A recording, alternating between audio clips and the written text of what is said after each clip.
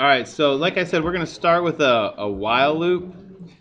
So let's imagine that our goal is to print the numbers from 25 to 100, counting by fives. All right, so that seems like a pretty easy while loop. Now typically when we write a while loop, we use some sort of loop variable to move through the process. So I might declare an int and call it num. And I may as well go ahead and initialize it to 25 since that's the first number I want to print.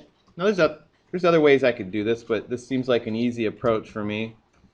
All right, I'll say while, and then this is where I put my control expression, right? So I'll say num less than or equal to 100. And again, there's other ways I could approach this, but this seems like a good way to work. And again, that piece right there is what we call the control expression.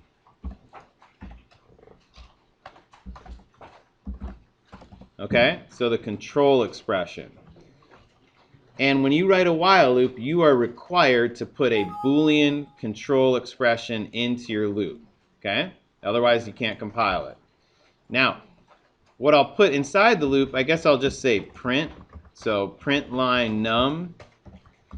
And then if I stopped right now, I'd have an infinite loop. It would just keep printing 25 over and over and over. So I have to do something to change the value of num. And to me, the easiest way to do this would just be to keep making num get 5 units bigger every single time the loop runs. Okay? So it should print 25 and then 30, 35, so on until it reaches 100. Let's see if it's doing what it's supposed to. All right, looks great. Started at 25. It didn't print anything, else. It ended at 100 and it counted by fives. So it did exactly what it was supposed to do, nothing more, nothing less. And just a reminder, if I put a line right here that said out.println exit and I printed the num, that should print 105, right? Because remember, 100 is the last number to enter the loop through the control expression and it prints. But at that point, num does reset itself to 105, which then loops back to the control expression, is deemed false for the first time, but we can't change our minds. Num remains at 105 through that process. So just to show you here real quickly, okay, it does print 105.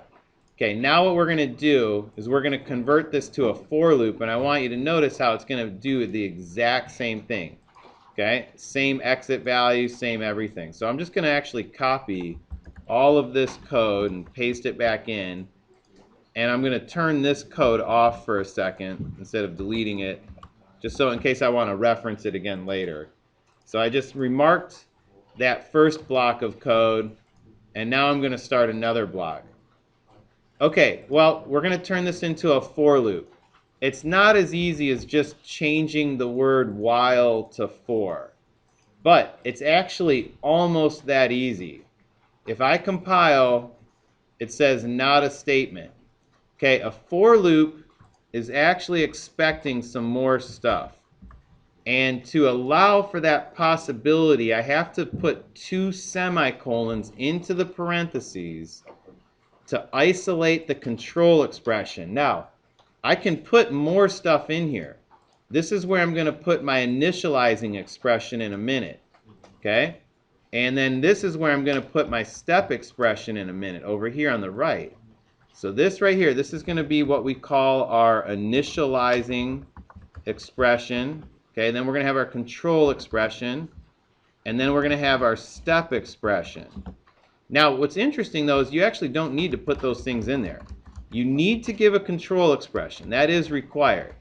But that other stuff is technically optional. So all I've done so far, if just to highlight, I've only made 2 changes to my while loop. I changed the word while to for, and I inserted 2 semicolons. I haven't done anything else. And if I just make those 2 changes, as silly as this seems, this is going to do the exact same thing it did before. It's going to print 25 first. It's going to print 100 in the loop. and then it's going to exit at 105. Absolutely identical to what the while loop did.